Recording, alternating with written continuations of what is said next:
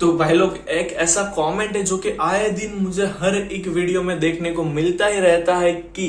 भाई मैं नेक्स्ट अपनी टू व्हीलर परचेस करने के बारे में सोच रहा हूं, तो क्या मैं स्कूटर परचेस करूं या तो फिर मैं परचेस करूं एक बाइक।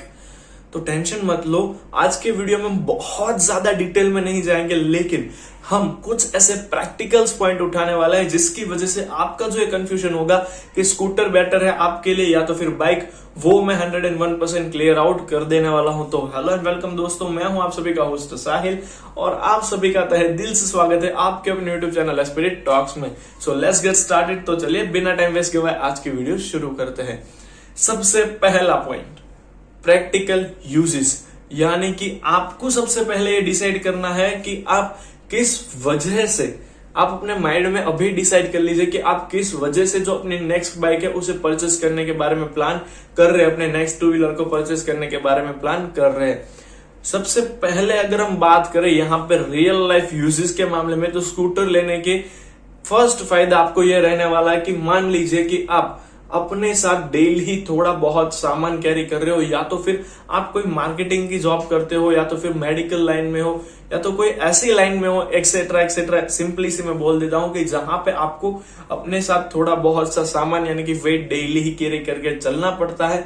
तो उस मामले में आपके लिए स्कूटर के बाइक के मुकाबले स्कूटर ज्यादा प्रैक्टिकल चीज हो जाती है, क्योंकि स्कूटर में स्पेस स्टोरेज यूटिलिटी काफी ज्यादा अच्छी की जाती है। वहां पे आपको बूट स्पेस मिलता है, वहां पे आप अपनी छोटी बड़ी चीजें, या तो फिर हेलमेट हो गया उसे कैरी कर सकते हो, या तो फिर अगर आपको उससे भी ज्यादा कोई भारी चीज भी कैरी करके जानी होती है तो वहां पे आगे आपको लेग स्पेस प्रोवाइड कर दिया जाता है। वहां पे भी आप किसी भी चीज को आसानी से रख पाओ, और उससे भी अगर आपको ज्यादा बड़ी चीज को लेके जानी होती है तो वहां पे स्कूटर की जो रियर पिलो सीट होती है वो काफी चौड़ी होती है। उस वजह से वहां पे आप किसी भी चीज को रख के अच्छे से अगर वहां पे आप बांध दोगे तो वो ज्यादा बेटर एंड ज्यादा ग्रिपेबल पोजीशन में आ जाएगी इन कंपेयर टू बाइक। ये फर्स्ट पॉइंट है जिस वजह से आपको स्कूटर परचेस करना चाहिए। तो अगर आप अपना नेक्स्ट टू व्हीलर अपने लिए इस वजह से फाइंड आउट कर रहे हो कि वहां पे आपको थोड़ा बहुत वेट कैरी करना पड़ता है, या तो फिर आपके साथ डेली कोई ऐसी चीज रहती है जिसे आप हाथ में उठा के या तो फिर बाइक की टंकी पे रख के नहीं लेके जाना चाहते, तो उस मामले में आपके लिए स्कूटर काफी ज्यादा इजी एंड रिलैक्सेबल रहने वाला है, क्योंकि वहां पे आपको स्टोरेज यूटिलिटी काफी अच्छी मिल जाती है। अब सेकेंड पॉइंट की जिस वजह से आपको स्कूटर परचेस करना चाहिए, पहले मैं स्कूटर के कुछ पॉइंट्स बता देता हूं, उसके बाद हम चले जाते हैं बाइक के ऊपर। सेकेंड पॉइंट यहाँ पे आ जाता है कि रिलैक्सेबल राइड। मान लीजिए कि आपका ऑफिस या तो फिर जो आपका वर्क प्लेस है, या तो फिर कोई ऐसी जगह पे आपको डेली ही जाना होता है जहां पे उस रूट में आपको डेली आधे घंटे 1 घंटे तक ट्रैफिक में अटकना पड़ता है। आप दिल्ली एनसीआर में कहीं पे रहते हो, गुड़गांव में कहीं पे रहते हो, तो वहां पे उन सभी एरिया में क्या होता है ना कि ट्रैफिक ज्यादा होता है। इनफैक्ट हमारे यहाँ पे सूरत में हीराबाग हो गया, कापोद्रा हो गया, जैसे कुछ एरिया, वहां पे आपको रेगुलरली किसी भी टाइम एनी टाइम आप चले जाइए वहां पे ट्रैफिक देखने को मिलता ही है। तो रेगुलरली अगर आपको उसी तरीके की रोड से निकलना होता है तो भी वहां पे स्कूटर आपके लिए ज्यादा बेटर हो जाता है, क्योंकि स्कूटर में ज्यादा कोई चिक नहीं होती, सिर्फ 2 ब्रेक और एक एक्सीलरेटर, बस इनफ है। उसकी वजह अगर आपके पास बाइक होगी तो क्या प्रॉब्लम होगी वो मैं बताता हूं। गियर डालो, गियर निकालो, ऊपर वाला हैंड ब्रेक प्रेस करो, लेग ब्रेक प्रेस करो, बाकी बहुत सारी चीजों को मेजर करना होता है। लेकिन स्कूटर में कोई भी टेंशन नहीं, आप इजीली उसे आराम से कितने भी टाइम तक ट्रैफिक में भी चलाए तो वो आपका हैंड पेन हो गया तो फिर शरीर में थकान का नाम की चीज बाइक के मुकाबले काफी ज्यादा कम आपको महसूस होने वाली है।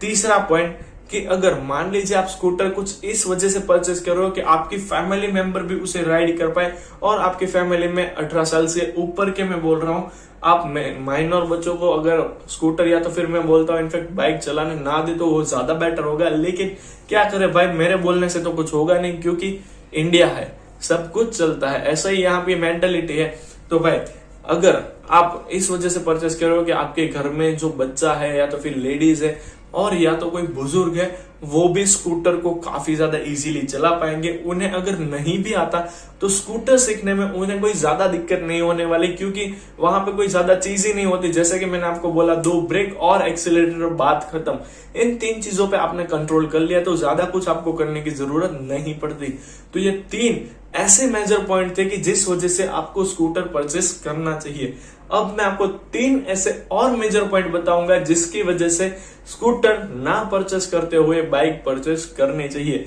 मान लीजिए कि आपको डेली ही सिटी में राइड करना होता है, चाहे वो किसी भी तरीके का रास्ता हो, किसी भी तरीके की वेदर कंडीशन हो, बट आपको डेली ही सिटी में अबव 30 से 40 या तो फिर 50-60 किलोमीटर तक की राइड करनी होती है और आप अपने डेली रूटीन लाइफ के लिए अपने ही लिए परचेस करने के बारे में सोच रहे हैं, तो मैं वहां पे सजेस्ट करता हूं कि आप टू व्हीलर के ऊपर चले जाइए। वो फिर आप 100 सीसी में चाहिए, 125, 110 में चाहिए, 150, 160, 200 सीसी में चले जाइए। लेकिन अगर आप सिटी राइडिंग के लिए ही बाइक फाइंड आउट कर रहे हो तो वहां पे आपके पास स्कूटर ना खरीद कर बाइक खरीदने का सबसे पहला पॉइंट ये होगा कि अगर आप 50 to 60 किलोमीटर की राइड करते हो तो सबसे पहला माइलेज का टेंशन जो स्कूटर में रहता है, क्योंकि स्कूटर आप कोई भी ले लो, कंपनी चाहे कुछ भी बोल ले, स्कूटर का माइलेज 55 से अबोव जाता ही नहीं है।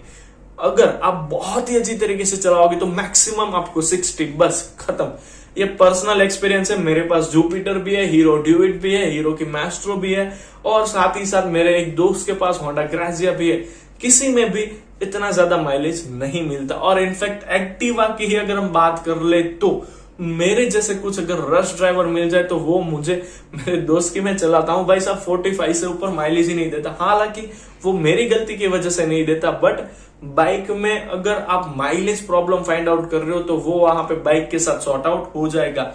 बाइक लेने का सेकेंड फायदा कि आप अगर मान लीजिए आपको डेली 50 to 60 किलोमीटर, मैंने बोला वैसे अगर सिटी में राइडिंग करना होता है तो in compare to scooter bike की राइडिंग आपको ज्यादा कंफर्टेबल मिलेगी। हाँ, मैं बोलता हूं अगर आप 50-60 किलोमीटर ही राइड कर रहे हो तो आप 100 सीसी बाइक परचेस ना करके 110 या तो फिर 125 सीसी में चले जाइए, क्योंकि उन सभी बाइक का जो सस्पेंशन सेटअप आता है या तो फिर उन सभी बाइक की जो राइड क्वालिटी होती है वो 100 सीसी बाइक से ज्यादा बेटर होती है। आपको आपका शरीर बदन दर्द की प्रॉब्लम नहीं करेगा 50-60 किलोमीटर में। और अगर आपको उससे भी ज्यादा यानी कि 100 किलोमीटर तक राइड करनी होती है, जैसे कि मेरे जैसे बंदे, मैं तकरीबन डेली ही अपनी बाइक को नियर टू 80 किलोमीटर चला देता हूं। जी हाँ, आपने सही सुना, नियर टू 80 किलोमीटर की राइड मेरी कंपलसरी से, और कहीं कहीं बार तो वो हो जाती है 110 किलोमीटर की। तो उस मामले में आपके लिए 125 सीसी सेगमेंट हो गया। 150 सीसी सेगमेंट तो शायद से आप ना जाए क्योंकि वहां पे माइलेज प्रॉब्लम होगी, लेकिन 125 सीसी सेगमेंट बेहतरीन साबित होता है। पर्सनली यूज कर रहा हूं सुपर स्प्लेंडर, गाड़ी के साथ एक्सपीरियंस काफी ज्यादा अच्छा है। इतनी ज्यादा राइड करने के बावजूद भी शाम को घर पे आकर शरीर एकदम रिलैक्स महसूस होता है। ये बाइक परचेस करने का सबसे मेन पॉइंट है। थर्ड पॉइंट जिसकी वजह से आपको बाइक परचेस करनी चाहिए कि अगर आप अपने लिए ही परचेस करने के बारे में सोच रहे हो, किसी और को नहीं चलाना, और साथ ही साथ आपके साथ एक बंदा रेगुलरली ही पीछे बैठ के चलने वाला है, तो उस मामले में भी आपके लिए बाइक काफी ज्यादा बेहतरीन ऑप्शन हो जाती है, क्योंकि बाइक की राइडिंग क्वालिटी अच्छी होती है, माइलेज प्रोवाइड करवाती है, प्लस 125 के अकॉर्डिंग उसका जो इंजन होता है वो इनफ टू पावर होता है। यानी कि अगर नो डाउट स्कूटर्स में जो स्पेस यूटिलिटी होती है वो ज्यादा होती है, वहां पे आप ज्यादा वेट कैरी कर पाते हो, बट बाइक की जो वेट कैरी कैपेसिटी या तो फिर वेट लोडिंग कैपेसिटी होती है वो स्कूटर से काफी गुना ज्यादा होती है। अगर आप किसी भी बाइक पे इजीली 150 से 200 किलो की भी कोई चीज रख दोगे तो बाइक को ज्यादा दिक्कत नहीं होगी, लेकिन उतना ही वेट अगर आप स्कूटर पे रखोगे तो स्कूटर, अभी मेरे को बोलने की जरूरत नहीं है, आप समझ ही गए होगे। तो इस वजह से भी आपको स्कूटर को छोड़ के बाइक के ऊपर चले जाना चाहिए। और मेन पॉइंट यहाँ पे इन दोनों को ही कंपेयर करके बता देता हूं कि स्कूटर अगर आप 100 सीसी परचेस करते हो तो वो तकरीबन आपको 80,000 के आसपास पड़ेगा, और बाइक भी आपको तकरीबन उसी प्राइस में पड़ने वाली है। तो